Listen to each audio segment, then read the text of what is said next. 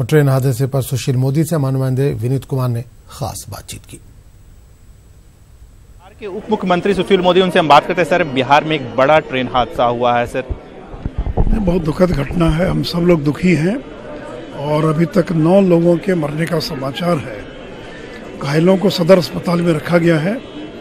3 बोगियां जो पूरी तरह से क्षतिग्रस्त हो गई थी, उनकी पूरी जांच पड़ताल कर ली गई। अब कोई और बॉडी इसमें नहीं पाई गई है।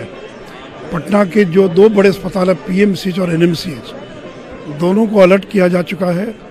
पीएमसीएच में 20 बेड सुरक्षित रखा गया है। आज पटना में कांग्रेस की रैली भी है। मैं रैली के आयोजकों से अपील करूंगा कि घायलों को लाते समय कोई कठिनाई नहीं हो, ये सुनिश्चित करने में वो सहयोग करें प्रशासन का। और बाकी रेलवे, एनडीआरएफ और बिहार सरकार का आपदा प्रबंधन, सारे लोग लगे हैं। जो लोग बचे हुए लोग हैं, उनको भेजने की व्यवस्था की जा रही है। और मैं लगातार पीयूष गोयल जी के संपर्क में हूँ। पूरा रेलवे प्रशासन लगा है।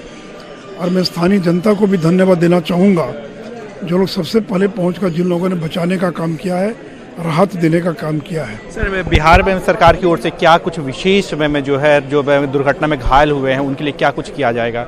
नहीं, देखिए, जो घायल हैं उनको अस्पताल पहुंचाना, अस्पताल में डॉक्टर, चिकित्सा, दवा, सारी व्यवस्था की गई है।